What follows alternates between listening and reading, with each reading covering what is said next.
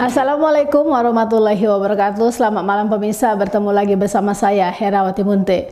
Pemirsa, beberapa menit ke depan kami akan menyampaikan informasi berita-berita terkini dari Kabupaten Kota Provinsi Sumatera Utara dan isu-isu yang lagi tren di tengah masyarakat. Masih dalam program Tujuh Inspirasi untuk Anak Negeri. Pemirsa, mungkin ketika mendengar kata pasar tradisional, pasti yang terlintas dalam benak kita dengan seketika adalah sebuah tempat yang jorok dan identik dengan bau.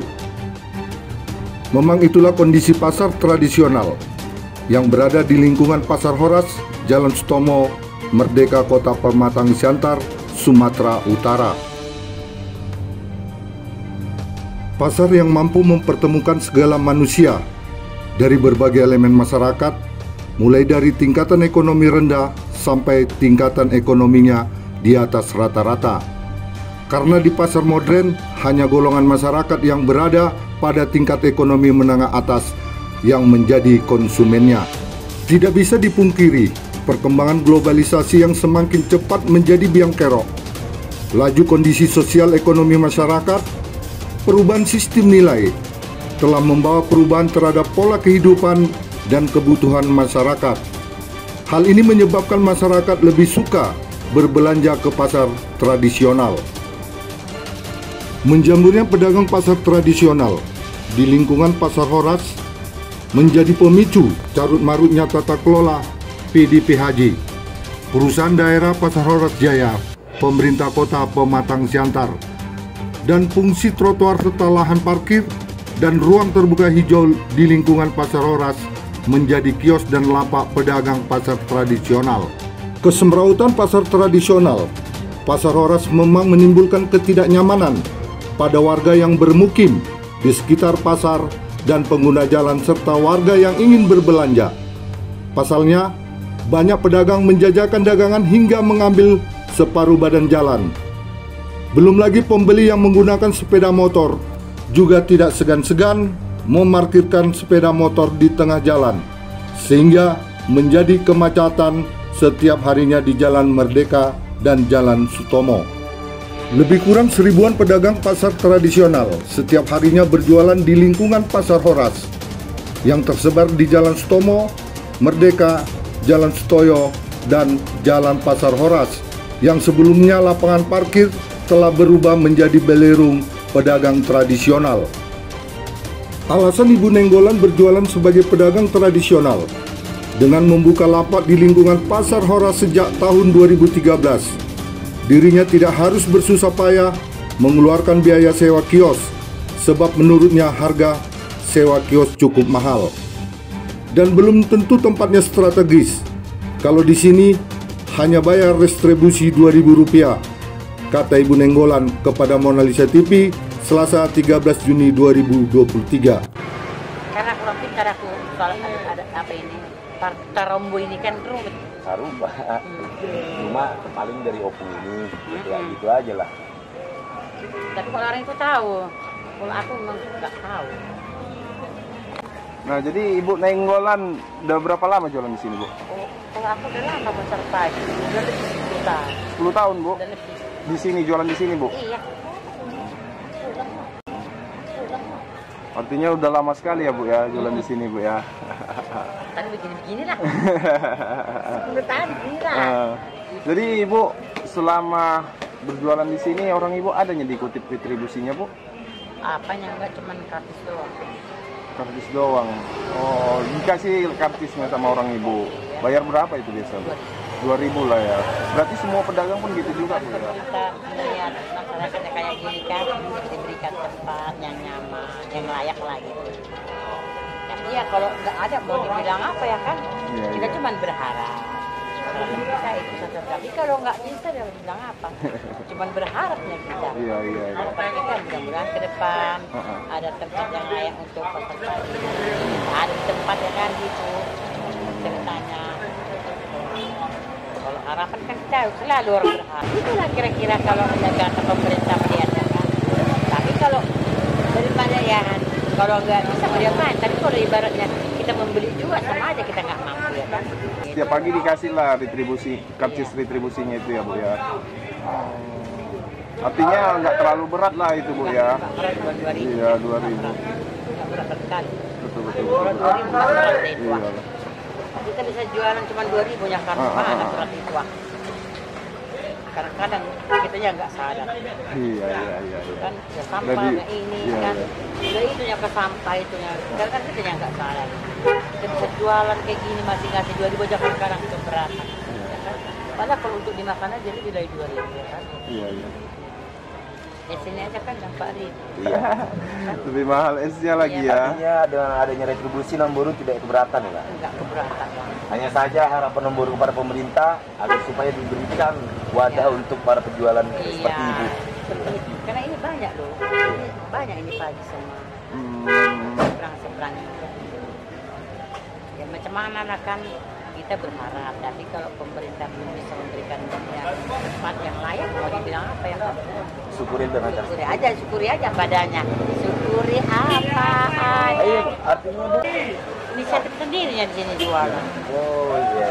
Jadi artinya Bu, selama berjualan di sini larangan atau himbauan supaya tidak berjualan di sini tidak ada Bu ya? Kayaknya enggak. Artinya selama ini aman lah ya Bu ya? Ya kita mau jualan di sini boleh. Ya, betul. Masing-masing.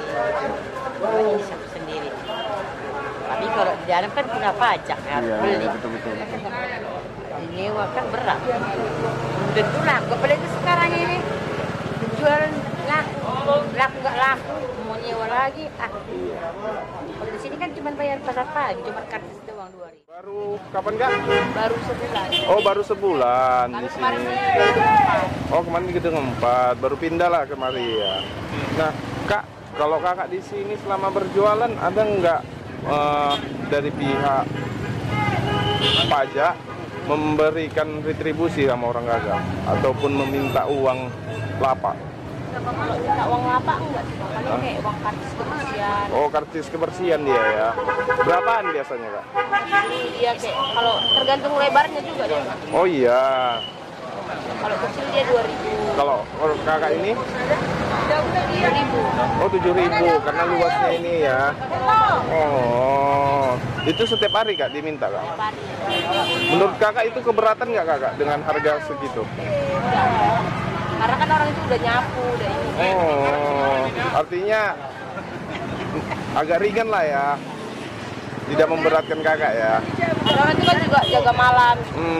Jaga malam, jaga kebersihannya ya. Oke. Kak, terima kasih Kak ya. Baik Bu, Ibu dengan Ibu siapa Bu? Nurmala Nenggolan. Alamatnya di mana Bu? 3 dulu. 3 Dolo. Ibu sudah lama Bu belanja atau ke Pasar Horas ini Bu? Iya sudah lama. Sudah lama lah ya Bu. Nah ini Bu terkait pedagang kaki lima nih. Ini kan banyak menggunakan bahu jalan. Iya. Bagaimana kenyamanan nih Bu? Terganggu nggak dengan aktivitas para penjual pedagang kaki lima ini? Kadang-kadang terganggu. Oh mungkin kadang-kadang terganggu. Cuman lebih memaklumi lah ya Bu ya. Oke. Karena orang cari nafkah ini. betul. Oke Bu, gitu aja Bu. Terima kasih Bu ya.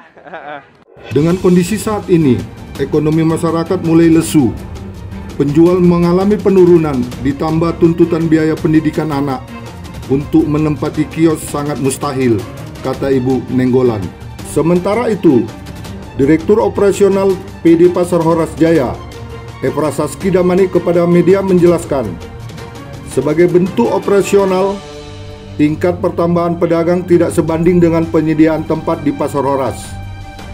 Kami mencoba beberapa cara untuk menertibkan saja, tidak bisa membubarkan, sebab pedagang kaki lima sangat membantu perusahaan daerah dalam restribusi harian perusahaan. Lebih lanjut, Epra menegaskan bahwa kegiatan di luar Pasar Horas bukan tanggung jawabnya, melainkan menjadi tanggung jawab Dinas Kebersihan atau Dinas Perhubungan. Jika pedagang kaki lima sudah di luar lingkup Pasar Horas, menjadi wewenang Dinas Kebersihan ataupun Dinas Perhubungan, kami tetap memberikan restribusi melalui karcis kepada pedagang kaki lima. Namun sangat disayangkan, dengan jumlah ASN 87 orang ditambah tenaga harian lepas 111 orang, manajemen PD Pasar Horas Jaya perlu dipertanyakan. Pasalnya, dengan jumlah personil yang cukup banyak, carut-marut dan kemacetan setiap hari terjadi dan tidak mampu ditata dan menjadi pusat perbelanjaan masyarakat yang nyaman dan asri. Baik, terima kasih.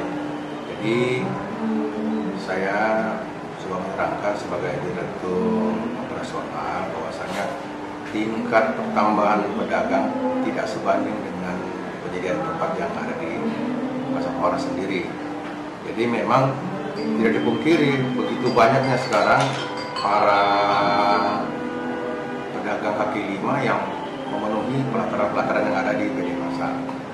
Kami mencoba beberapa cara, paling tidak bisa mereka kita bubarkan atau memindahkan, tapi menertibkan saja sesuai dengan ukuran-ukuran yang telah ditetapkan oleh perusahaan daerah ini.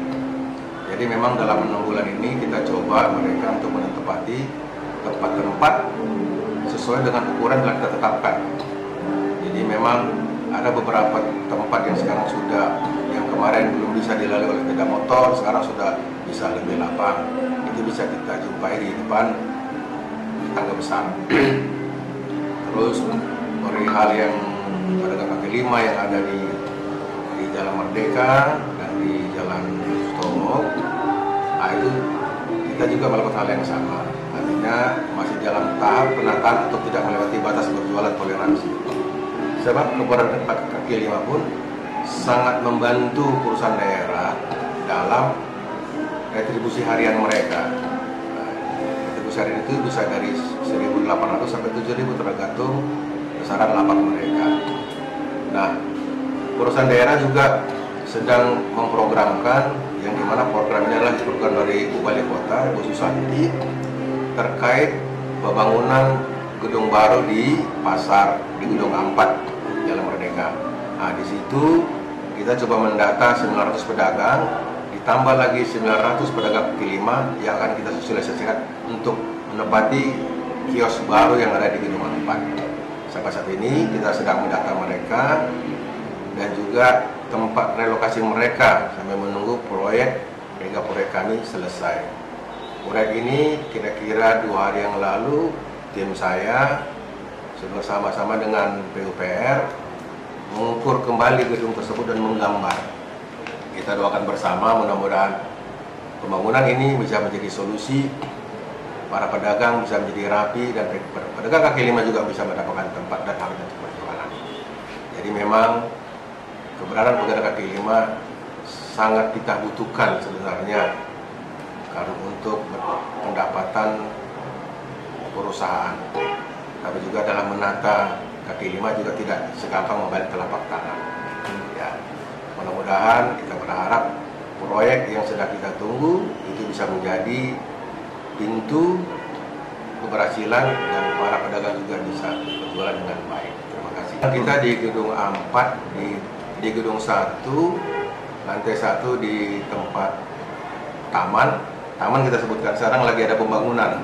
Pembangunan ini seperti membuat beberapa los kios atau tempat-tempat kita stay duduk yang kita peruntukkan pertama untuk satu, para pedagang kalau membayar KIP ataupun iuran tidak perlu lagi ke lantai 3. Di situ ada pelayanannya, terus ada pelayanan informasi terpadu dan juga pelayanan pasar online yang sedang kita coba kita godok softwarenya, sudah kita perbaiki, mudah-mudahan pertengahan tahun ini sudah bisa launching. Dari Kota Pematang Siantar, Sumatera Utara, Tim Liputan Monalisa TV mengabarkan.